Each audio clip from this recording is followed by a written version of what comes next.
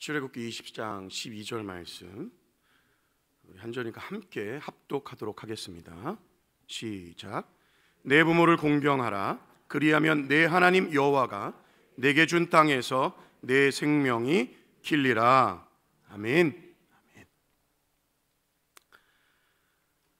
한 사회가 하나의 질서가 있잖아요. 그 질서가 유지되고 제대로 작동하려면 이 법과 또 도덕과 이 자유가 아름다운 조화를 이루어야 됩니다.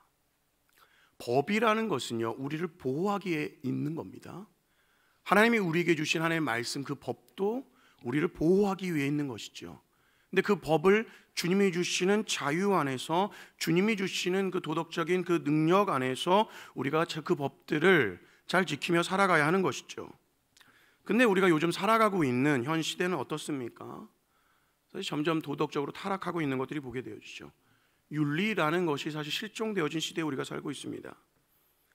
그러다 보니까 법이라는 것은 우리를 누르는 권위주의가 되어져 버리고, 자유라는 것이 방종이 되어져 버려서 타락을 향해 달려가고 있는 것이죠. 우리는 심심치 않게 윤리의식이 마비가 되었다, 도덕성이 결여가 된 사회다, 심지어는 탈도덕이라고 해서 도덕을 아예 넘어선 그런 세상이다, 이런 말들을 사실 우리가 심심치 않게 듣습니다. 이 세상의 물질주의와 또 세상의 개인주의, 세상의 이기주의, 이런 것들이 팽배해지면서 도덕이나 윤리가 사라지기 시작하는 것입니다. 그렇다면 어떻게 우리가 이런 윤리의 기본을 우리가 회복할 수 있겠습니까? 사실 이것은 우리의 능력으로 되어지는 것이 아니죠. 하나님의 방법대로, 하나님의 선하신 인도하심대로 그분의 말씀에 순종해야 하는 것입니다. 그런 의미에서 오늘 10계명 중 5계명, 이것은 우리에게 굉장히 큰 의미가 있는 것입니다. 5계명이 무엇이죠? 부모를 공경하라. 내 부모를 공경하라라는 것입니다. 이 5계명은요, 모든 인간관계의 기본입니다. 그리고 모든 윤리의 가장 기본이 바로 부모를 공경하는 겁니다. 사실 굉장히 중요한 부분인데 우리가 매우 간과하고 있는 부분 중에 하나이기도 합니다. 하나님께서 우리에게 10계명을 주실 때에 1에서 4계명까지는 하나님과의 바른 관계를 맺어야 될 것에 대해서 얘기하고 있고, 5에서 10계명까지는요, 사람과 사람 사이의 그 대인 관계 속에서 우리가 바르게 어떻게 의무를 행하고 지켜야 될지에 대해서 우리에게 말해주고 있는 것입니다. 그래서 이런 인간관계, 우리가 5계명, 10계명 중에 그 인간관계 제일 첫 계명이 뭐예요? 5계명이죠. 부모 공경인 거예요. 가장 기본적인 관계가 부모와의 관계인 것이죠. 우리는요, 부모님과 관계가 좋을 수도 있고 나쁠 수도 있습니다. 하지만 부모와 관계가 없는 사람은 없습니다. 그래서 이 부모와의 관계, 이것은요, 모든 사람에게 공통적인 것이죠. 그럼 여러분, 우리가 왜 부모를 공경해야 됩니까? 첫 번째는요, 하나님이 자녀들에게 부모를 뭘로요? 대리자로 세우셨다라는 거예요. 대리자, 하나님의 대리자가 누구예요? 부모라는 겁니다. 하나님의 대리자가 누구라고요? 부모입니다. 부모.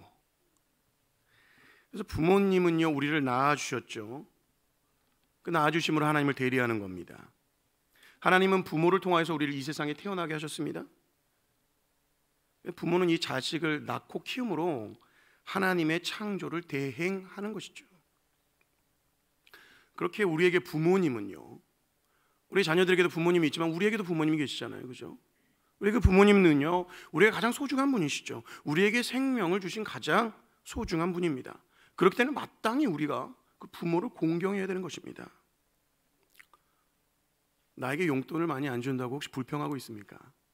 다른 친구들과 비교하면서 쟤는 저렇게 많이 받는데 나는 왜 여기서 태어나가지고, 우리 부모님이 배운 것이 없다고 해서 우리가 무시하거나 부끄러워하지는 않았습니까? 요즘에는 유산 안 준다고 막 싸워가지고 막 부모를 막 그 생명을 막 해하기도 하는 말도 안 되는 일들이 벌어지고 있죠. 사실 이게 뭡니까? 다 하나님의 말씀에 사실 불순종하는 겁니다, 우리가. 그래서 우리 자녀들과 막 가끔 막 싸우다 보면요, 엄마가 해준 게 뭐야? 이런 얘기 안 듣는 게 가장 행복하죠, 그죠? 예, 이런 얘기 우리가 들을 때 대비해야 되죠. 어떻게 해요? 영수증을 모아두세요. 무슨 영수증이에요? 내가 너를 위해서 이걸 썼다, 이거 썼다. 해보세요. 쫙 이만큼 나오죠. 엄마가 해준 게 뭐야? 그랬더니 얼굴에다 확 던지면서 이거다.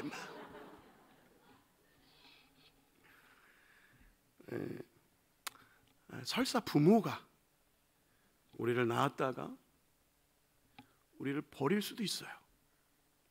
근데 우리는요, 부모가 나를 낳아주신 것 하나만으로도 사실 가장 값진 선물을 받은 것인 줄 믿습니다. 그리고 하나님은요, 절대로 그 자녀를 버리지 않는다는 그 사실을 기억할 수 있기를 축복합니다. 부모 공경을 왜 우리가 또 공경해야 되는 두 번째는 뭡니까? 부모님이 우리를 길러주시고 교육, 이거 양육이라고 하죠. 양육함으로 하나님을 대리하는 것이기에 우리는 부모를 공경해야 되는 것이죠. 저는 제가 배워야 될 것은요, 다 유치원에서 다 배웠습니다. 이거 세상에서 하는 얘기예요. 네. 근데 여러분, 유치원에서 배우는 게 아니에요. 어디서 배웁니까? 가정에서 배우는 겁니다. 가정에서 우리는 가장 기본적인 대인관계와 그리고 가장 기본적인 교육들을 가정에서 받는 겁니다. 그래서요, 부모는요, 자녀들이 가장 처음 만나는 선생님인 거예요. 그래서 교육은 어디서부터요? 이 가정에서부터 시작이 되어지는 겁니다. 그래서 우리가 가정예배 하는 것은요, 사실은 가정예배를 통해서 우리가 가정교육이 이루어지는 겁니다. 그래서 가정교육은 지식교육이 아니에요. 사람답게, 하나님의 자녀답게 살아가게 하는 지혜 교육이 바로 가정교육인 줄 믿습니다. 그래서 우린 가정에서 하나님의 말씀을 배우면서 거짓말하면 안 돼요. 정직하게 살아야 된다. 부지런하게 살아야 된다. 뭐 좋은 친구들 사귀어야 된다. 이런 이야기들 어떻게 보면 사람답게 살아가는데 필요한 기본적인 것들을 어서 우리는 가정을 통해서 배우게 됩니다. 그래서 아이들의 인성은요, 어디서 시작됩니까? 부모에게서 시작이 되어지는 겁니다. 그러니까 우리가 자녀가 혹시나 인성이 막 좀 이렇게 어렵고 힘들고 안 좋아질 때 우리는요, 우리가 회개해야 되는 거예요. 제가 누구 친구를 잘못 만나가지고 제가 저렇게, 아니에요. 우리가 가정에서 어떠한 모습을 보였는지 생각하고 돌이키고 회개해야 되는 것이죠, 사실은. 그래서 가장 기본적인 교육은 어디에서요? 이 가정에서 이루어지는 것입니다. 그래서 부모님이 나를 양육하시면서 쏟아주신 사랑과 정성은 사실 세상에 그 어떤 것과 비교할 수 없습니다. 그렇게 부모를 공경하는 그것은 우리가 기본적으로 해야 될 인간의 도리일 뿐만 아니라 하나님께서 우리에게 명령하신 것이죠. 그러면 어떻게 우리는 부모를 공경해야 될까요?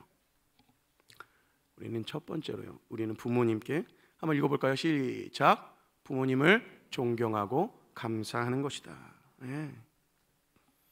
우리 부모님이 잘 살아서 존경하는 게 아닙니다. 우리 부모님이 높은 위치에 올라가서 존경하는 게 아니에요. 하나님이 부모님에게 주신 권위가 있기 때문에 순종함으로 존경하는 겁니다. 그래서 여러분, 부모님께 감사하는 마음이 사실 너무 중요해요. 이건 하나님과의 관계에서도 마찬가지죠. 감사하는 마음이 없으면요, 모든 것이 다 부담이 되기 시작합니다. 나는 왜 장남으로 태어나서, 이런 마음을 혹시나 우리가 갖고 있을지 모르겠어요. 왜 그렇습니까? 부담이 되는 것이죠. 뭐가 빠져버렸습니까? 은혜와 감사가 빠진 거예요. 그래서 부모님의 은혜에 대한 것들을 우리가 기억하고 감사하는 마음으로, 그리고 부모를 우리가 그렇게 공경하게 된다면 그것은 짐이 아니라 우리에게 기쁨이 되어질 줄로 믿습니다. 두 번째로 우리는요, 어떻게 공경할까요? 순종함으로 공경하는 겁니다. 순종해야 되는 거예요. 부모님의 말을 듣는 것, 이것이 사실 공경의 첫걸음이죠. 잠언 1장 8, 9절 말씀만 같이 한번 읽어볼까요? 같이 읽겠습니다. 8, 9절 말씀만 읽겠습니다. 시작. 내 아들아, 내 아비의 훈계를 들으며 내 어미의 법을 떠나지 말라. 이는 내 머리에 아름다운 관이요 내 목에 금사슬이니라. 네, 분명하게 말하고 있죠. 훈계를 잘 듣고 어머님의 말씀을 잘, 그 법을 잘 따라가야 된다, 우리에게 말해주고 있어요. 성경은요, 비단 그뿐만이 아니라 부모를 멸시하고 순종하지 않는 그런 죄에 대한 심각성에 대해서도 말하고 있습니다. 아까 부모님은 하나님의 대리자라고 말했죠. 그렇죠? 부모님의 말씀에 불순종하고 순종하지 않는 것은 결국 하나님의 말씀에 순종하지 않는 것과도 연결되는 것이죠. 그러니까 그런 죄악에 대해서 심각하게 성경에서 뭐라고 말하고 있습니까? 잠언 30장 17절 말씀 한번 읽어볼까요? 시작. 아비를 조롱하며 어미 순종하기를 싫어하는 자의 눈은 골짜기의 까마귀에게 쪼이고 독수리 새끼에게 먹히리다. 죄송합니다. 좀 굉장히 강한 말씀이죠. 굉장히 우리 시대의 눈으로 보면 굉장히 충격적인 말씀일 수 있습니다. 근데 반대로 율법 시대에 살던 그들의 입장에서 우리를 볼 때 어떻겠습니까? 그들은 우리가 충격적일 수가 있는 것입니다. 물론 이 구약시대 율법을 동일하게 지금 여기에 적용할 수는 없어요. 왜 그렇습니까? 저기 나와 있는 저 내용은요, 시민법 혹은 생활법이라고 얘기하는 거예요. 이거는 시대에 따라서 변하는 겁니다. 그러니까 저 시대에 있는 걸 똑같이 가져서 우리에게 적용할 수가 없는 것이죠. 그러나 중요한 것은 그 정신은 동일하다는 거예요. 율법의 정신은 동일합니다. 이 부모에 대한 이 불순종은요, 신약 성경에서도 심각하게 다루고 있습니다. 예수님은요, 종말의 한 징조로서 가정이 파괴되고 부모가 자녀에게 불순종하게 되는 것에 대해서 말씀하고 계십니다. 마태복음 10장 21절에 보면 장차 형제가 형제를, 아버지가 자식을 죽이는 데에 내주며 자식들이 부모를 대적하여 죽게 하리라. 뉴스에서 심심치 않게 들리는 내용들이죠. 사실 우리가 살고 있는 시대는 말세 중에 말세라고 하는 말세지 말의 시대에 우리가 살고 있습니다. 사도 바울도 이 부분에 대해서 분명하게 이야기를 하고 있죠. 디모데후서 3장 1절에서 5절 말씀 보면요, 1, 2절 말씀 보면 너는 이것을 알라. 말세에 고통하는 때가 이르러 사람들이 자기를 사랑하며 돈을 사랑하며 자랑하며 교만하며 비방하며 부모를 거역하며 감사하지 아니하며 거룩하지 아니하며, 분명하게 이야기를 하고 있는 것이죠. 그래서 교회에서만 잘하면 안 되는 것입니다. 집에서도 우리가 잘해야 되는 것이죠. 이런 얘기를 우리 학생들에게 하면 뭐라면, 제발 우리 부모님한테 얘기해 주세요. 무슨 얘기입니까? 우리 부모님들도 교회에서만 잘하면 안 되죠. 어디서요? 가정에서. 사실 우리의 자녀들은요, 부모님의 말을 보고 자라는 게 아니라 부모님의 등을 보고 자란다고 얘기하잖아요. 뭡니까? 부모님의 행동과 부모님의 삶을 통하여서 자녀들이 양육되어지는 거기 때문에 그렇습니다. 그렇기 때문에 우리도 부모로서 자녀들을 어떻게 해요? 주님의 사랑으로 양육해야 되고, 자녀들도 부모님께 주님의 말씀에 순종할 때에 아름다운 가정이 되어질 줄로 믿습니다. 세 번째, 여러분, 부모님이 우리를 돌봐준 것처럼 한번 읽어볼까요? 시작. 부모가 자녀들을 돌보았듯이 자녀도 부모의 생계를 책임져야 됩니다. 우리는 부모님이 우리의 생계를 책임지는 것에만 우리가 생각을 했지, 우리가 부모님의 생계를 책임지는 것에 대해서는 생각하지 않아요, 잘. 근데 여러분, 부모님이 늙어서 본인의 힘으로, 스스로의 힘으로 생계를 꾸려갈 수 없을 때에 자식은 부모의 생계를 책임지는 것이 마땅한 겁니다. 요즘 뉴스에 보면요, 그런 것들이 나오더라고요. 좋은 부모님 해가지고 본인의 어떤 노후를 잘 준비하신 분, 그렇게 해야 되지 않겠냐면서 노후연금에 대해서 빨리 드십시오, 이런 광고를 제가 본 적이 있는데, 사실 부모님이 그렇게 하실 수 있으면 감사한 일이지만, 그렇지 못한다고 우리가 불평하고 불만하고 우리 부모님 왜 이럽니까? 이렇게 하면 안 되는 겁니다. 부모님은요, 여러분을 지금까지 보호하고 양육하고 가장 우리의 삶에 가장 많이 애쓰신 분이 우리 부모님이에요. 그렇다면 그분들이 늙어서 힘이 없을 때 우리는 어떻게 해요? 당연히 도와야 되는 거예요. 여러분, 성도가 교회로서 살아가는 삶 속에서요, 연약한 자를 돕고 가난한 자를 돕고 부족한 자들을 위로하고 격려하는 것, 교회 안에서 행해줘야 되는 것이잖아요. 그렇죠? 성도로서 마땅히 행해야 되는 거잖아요. 그것의 기본이 가정인 거예요. 가정에서부터 그 일들이 사실은 진행되어져야 되는 것이죠. 그러니까 우리 부모님들은 어떻게 나중에는 내가 책임지겠다는 그런 마음들, 우리가 반드시 가져야 된다는 것이죠. 그래서 이 부모 공경의 이런 방법은요, 시대나 지역이나 사람마다 조금씩 차이가 있을 수 있지만, 중요한 것은요, 그분을 향한, 그 부모님을 향한 감사와 존경의 마음, 그리고 순종의 마음을 갖고 부모를 공경해야 할 줄로 믿습니다. 근데 5계명에서는요, 이 부모 공경, 육신의 부모에게만 한정되어 있는 것이 아니라는 겁니다. 가정을 뛰어넘어서 우리 삶 가운데 우리의 상급자에게도 적용되는 말씀인 것이죠. 그 웨스트민스터 대요리 문답 124문에 보면 이런 말이 있습니다. 같이 한번 읽겠습니다. 제5계명에는 시작. 제5계명에 있는 부모는 혈육의 부모뿐 아니라 연령 은사의 모든 윗사람과 특히 하나님의 규례에 의하여 가정, 교회, 국가를 막론하고 우리에 있는 권위의 자리에 있는 자들을 뜻한다. 좀 포괄적인 계명인 것이죠. 그래서 제가 오늘 여러분에게 제일 처음에 드린 그 제목의 말씀이 뭐냐면 하나님이 세우신 권위에 순종하라는 겁니다. 그래서 뭐 국가의 지도자들, 부모님의 연장선상 안에 있는 사람들이죠. 그러니까 우리가 뉴스를 보면서 왜 저럴까가 아니라 기도해야 되는 겁니다. 여러분의 부모님이 거기에 있다면 어떡할 것 같아요, 여러분? 기도하지 않겠습니까? 더 애타는 마음으로 간절하게 기도하지 않겠습니까? 마찬가지로 우리가 국가를 위하여서, 국가의 다스린 자들을 위하여서, 권위자들을 위하여서 우리는 간절함으로 기도해야 할 줄로 믿습니다. 그리고 교회 지도자들 향해서도 마찬가지죠. 교회 지도자들도 부모의 연장선상 안에 있는 것입니다. 그래서 성도는요, 교회의 지도자들에게 순종해야 하는 것이죠. 그러나 여러분, 국가의 지도자나 교회의 지도자가 절대적인 권한을 갖고 있는 것은 아닙니다. 오직 절대 주권은 누구에게만 있습니까? 우리 하나님에게만 있는 것입니다. 그래서 우리는요, 그 국가의 지도자나 교회의 지도자, 하나님이 주신 범위 안에서만 권한을 갖고 있는 것이죠. 그래서 국가가 막 권력을 가지고 막 개인이나 교회나 가정에게 막 영역을 침범할 수 없는 것입니다. 교회도 마찬가지죠. 국가의 권한을 막 침범하고 이러면 안 되는 것이죠. 그런데 국가나 만약에 교회가 하나님이 주시는 권한을 남용한다, 하나님과 반대되는 말씀에 명령한다, 이럴 때는 어떻게 될까요? 교회 성도는 진리의 말씀을 붙들고 그것에 저항해야 되는 것입니다. 그래서 우리 천주교로부터 이 개신교가 나온 것도 그런 잘못된 것에 진리에 대한 이 진리에 대한 마음을 갖고 나온 것이 바로 우리 개신교고 우리가 믿는 예수님인 것입니다.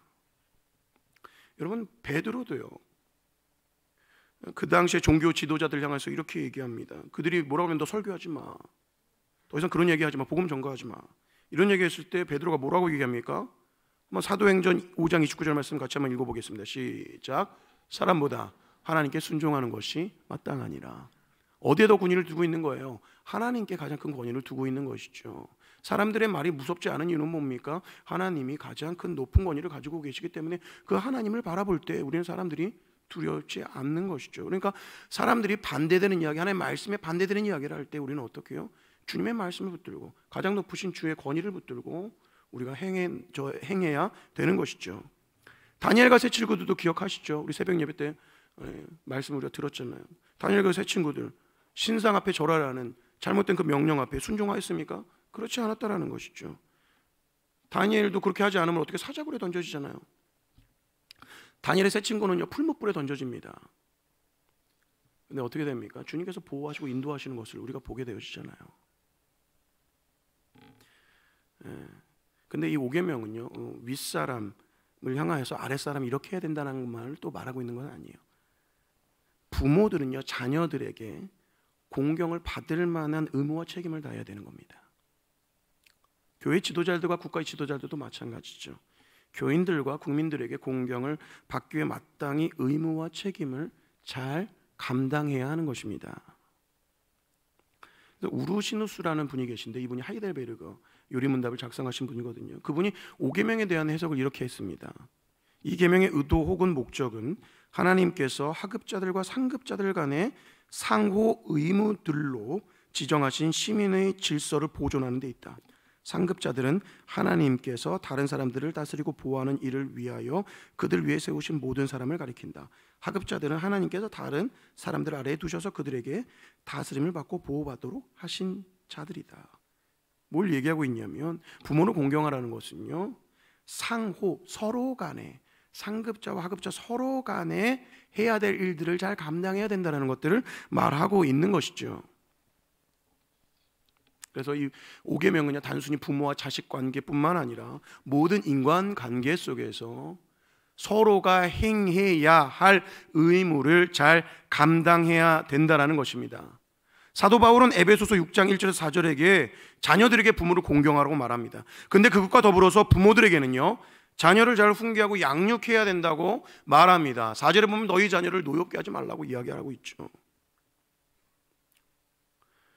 그리고 고용자들과 근로자 사이에서도요, 또 이렇게 이야기를 하고 있습니다. 에베소 6장 5절의 말씀을 보면 종들아 두려워하며 떨고 성실한 마음으로 육체의 상전에게 순종하기를 그리스도께 하듯 하라.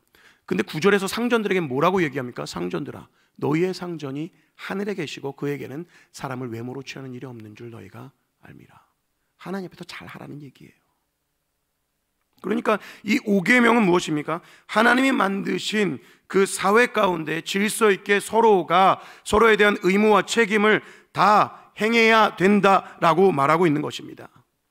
그래서 이거를 우리의 삶으로 한번 가져와 봅시다. 우리의 삶으로 가져와서 우리는 그럼 어떻게 해야 됩니까? 첫 번째로 우리는요, 하나님의 자녀로서 서로를 어떻게 해요? 존중해 줘야 되는 겁니다. 윗사람은요, 아랫사람을 권위주의로 다스려서는 안 돼요. 권위라는 것은요, 하나님이 주신 것으로 잘 양육하고 보호하도록 권위를 주셨는데, 권위주의는 뭐냐면요, 권위를 휘두르는 거예요. 자기 마음대로 막 남용하고 휘둘러서 잘못되게 막 누르고 이렇게 억압하는 것들이 권위주의인 것이죠. 이걸 잘 구별해야 됩니다. 우리가 자유와 방종도 마찬가지예요. 자유는 하나님의 질서 아래에서 누리는 거예요. 방종은 무질서 속에서의 방탕함이 방종입니다. 이걸 잘 구별하셔야 돼요. 그러니까 부모들은요, 권위주의가 아니라 권위로 자녀들을 양육해야 되고, 자녀들은 방종이 아니라 자유로, 하나님이 주신 자유로 잘 누려야 된다는 것이죠. 그래서 여러분, 부모님들, 자녀는요, 내 소유가 아니에요. 하나님이 잠시 동안 우리에게 맡겨주신 겁니다. 늘 그걸 기억해야 돼요. 내 소유로 내가 생각하기 시작하면 집착하기 시작해요. 그 자녀들에게 나를 막 몰입시켜 버려가지고 내가 못한 거 이 자녀를 통해 이루리라, 이런 생각들이 막 우리 안에 있을 수 있습니다. 잠시 동안 우리에게 맡겨주신 하나님의 자녀예요. 그렇기 때문에 그 하나님의 자녀로서 우리는 자녀들을 존중해 줘야 됩니다. 그래서요, 이 권위가 권위주의가 되면요, 집안에서 독재가 일어납니다. 우리 중등반, 고등반이들 혹시 집에 김정은 씨 계세요? 김정은 씨? 자, 부모님 다 눈 감아보세요. 자, 손 한번 들어볼까? 우리 집에 김정은이 있다. 네. 손 들면 안 돼.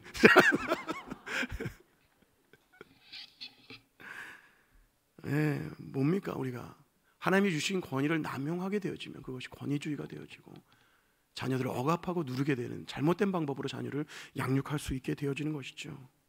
그래서 사실은 이런 얘기하면 저도 사실은 굉장히 조심스럽습니다. 저희 집에 중학교 1학년 있습니다. 네. 죄송합니다. 네. 그러니까 이 하나님이 주신 권위가, 저희 자녀들도 저에 대해서 그렇게 생각할 수도 있겠죠, 그죠? 저런 독재. 예. 그러니까 우리가 늘 이걸 조심해야 되는 거예요. 반대로요, 자녀들은요, 부모님의 권위를 무시하거나 인정하지 않는 방종적인 삶을 살아서는 안 돼요. 혹시 우리 집안에 막 날아다니는 사람들 많이 없어요? 예? 집안에서 날아다니고 막 밖에서도 막 날아다니고, 예? 막 그 비행 자격증 막 달라고 막 밤에 막 쏘다다니고, 그죠? 이게 너무 풀어놓으면요, 사실은 세상이 우리 아이들을 지배할 수가 있어요. 그러니까 마음대로 살도록 내버려둬서는 안 되는 것이죠. 그러니까 하나님이 주신 자유가 방종이 되어서는 안 되는 거예요. 그러니까 우리는 이 양극단을 사실은 잘 조심해야 되는 것이죠. 그러니까 너무 눌러서도 안 되고 너무 놔둬서는 안 되죠. 우리가 잘 할 수 있을까요? 기도해야 되는 거예요. 그래서 성령의 지혜를 구해야 되는 겁니다. 우리의 능력으로 그것이 되어집니까? 아니죠. 그래서 날마다 우리의 자녀들을 놓고 하나님의 자녀들이 오니 주님께서 다스려 주시고 인도해 달라고 기도하면서 성령께서 우리가 공급하여 주시는 지혜로, 그 사랑으로, 그 은혜로 양육해야 될 줄로 믿습니다. 두 번째로요, 같이 한번 읽어보겠습니다. 시작. 서로에게 책임을 지는 관계가 되어야 되는, 어떤 관계요? 책임을 지는 관계. 사실은요, 서로 사랑하는 관계가 되어야 돼, 이 얘기를 하고 싶은데 기본이 서로 사랑인데, 그냥 서로 사랑 이렇게 얘기해버리면 이게 우리의 의무감으로 잘 안 다가와요. 해도 되고 안 돼도 되는 것처럼 그렇게 우리가 다가올 수가 있는 거예요. 그래서 책임지는 관계라는 걸 명확하게 명시함을 통하여서 성도로서 예수님 믿는 사람으로서 반드시 우리는 그렇게 행해야 된다는 것을 말하고 싶은 겁니다. 사회가요 계속 이기주의로 갈수록요 부모에 대해서도 책임지지 않으려 하고요, 자녀에 대해서도 책임지지 않으려 합니다. 단지 현재를 즐기자는 그런 인생관들이 사실은 세상 곳곳에 자리를 잡고 있죠. 예전에 한번 욜로가 굉장히 유행했던 적이 있습니다. 욜로가 뭐냐면 약자인데요, You only live once. 한 번뿐인 인생 후회 없이 즐기라는 거예요.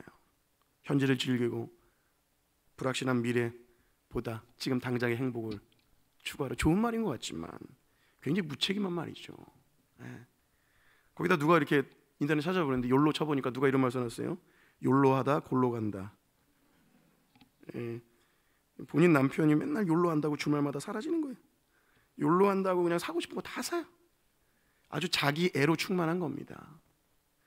근데 여러분, 우리는요 따라해 봅시다. 서로 애로 충만해야 된다. 서로 애가 뭐예요? 서로 사랑하는 걸로 우리는 충만해야 되는 거예요. 나가 아니라 서로를 돌볼 수 있는 관계가 바로 성도의 관계인 줄 믿습니다. 근데 오늘날 이 개인주의와 이기주의가 팽배해지면서요, 이런 사람들, 막 자기만을 위해 사는 사람들이 너무 많이 늘어나고 있죠. 이기주의가 아주 팽배해져 있어요. 근데 우리는 어떤 관계요? 서로를 책임지는 관계로, 서로에 대해서 관심과 사랑을 가지고 함께 돌보며 함께 자라가야 할 줄로 믿습니다. 그래서 우리 교회 안에요, 우리 교회 안에 이걸 좀 가져와 보면요, 우리 교회 안에선 부모로 대변되는 분들이 누구십니까? 교회 어른들이십니다. 그 어른들을요 우리가 무시하면 안 되는 것이죠. 우리 교회 자녀들로 대변되는 아이들은 누굽니까? 우리의 자녀들, 자라나는 다음 세대들이죠. 그들은 무시해서도 안 되는 것입니다. 그래서 우리가 꿈꾸는 교회가 무슨 교회입니까? 다음 세대를 세워가는 교회 아니에요? 그렇다면요, 다음 세대를 세우기 위해서는요, 과거, 우리의 신앙의 유산들을 잘 계승해야 되는 거예요. 과거 없는 미래는 없습니다, 여러분. 어른들의 신앙적인 유산들을 여러분 무시하면 안 돼요. 그것들을 잘 우리가 받아들이고 그것이 우리의 자녀들의 미래의 밑거름이 되어질 수 있도록 해야 되는 것이죠. 그래서 저는 새벽기도 나올 때마다 그 새벽에 늘 끊이지 않고 나오시는 우리 어르신들 굉장히 존경스럽습니다. 늘 나오셔서 기도하세요. 사실 우리 교회가 세워지는 것은 그런 기도의 터 위에 세워지는 것인 줄 믿습니다. 교회는요 그 기도 위에 든든히 세워져 가는 거예요. 이 기도의 유산은 다른 무엇과도 바꿀 수 없는 것입니다. 그러니까 우리는요 그런 어른들을 어떻게 해요? 존경하고 우리도 그 유산들을 잘 본받아서 어떻게 해요? 우리도 기도해야 할 줄로 믿습니다. 그래서 이번 한 주 동안 여러분 뭐 하셨어요? 특별 새벽기도 하셨죠, 그죠? 너무 감사하잖아요. 새벽에 좀 너무 좋았어요. 너무 좋았습니다. 근데 특별로 끝나지 않았으면 좋겠습니다. 이게 어떻게 돼요? 매일로 가야 되는 거예요. 매일로. 사실 특별히 매일로 이어져야 되는 것이죠. 그렇기 위해서 사실 특별 새벽기도를 우리가 하는 겁니다. 단순히 우리가 전도 집회를 위한 특별 새벽기도가 아니라 매일매일 우리가 주 앞에 나가 엎드리기 위한 새벽기도가 되어져야 되는 것이죠. 그래서 여러분 이 기도의 유산들이 여러분을 통해서 계속해서 우리 교회 가운데 흘러갈 수 있기를 우리 주님의 이름으로 축복합니다. 이제 마무리하려고 합니다. 여러분, 부모는요 하나님이 주신 이 권위를 가지고 자녀들 잘 양육하고 보호할 수 있기를 축복합니다. 우리의 자녀들은요 부모님께 순종함으로 그 질서 안에서 하나님이 주시는 참된 자유를 누릴 수 있기를 축복합니다. 또한 우리 교회 안에서 우리 어른들을 존경하고 우리 아이들을 사랑함을 통하여서 서로가 서로를 책임지는 그런 아름다운 관계가 될 수 있도록 우리 모두가 함께 애써가는 우리 모든 꿈꾸는 교회 되기를 다시 한번 우리 주님의 이름으로 축복합니다.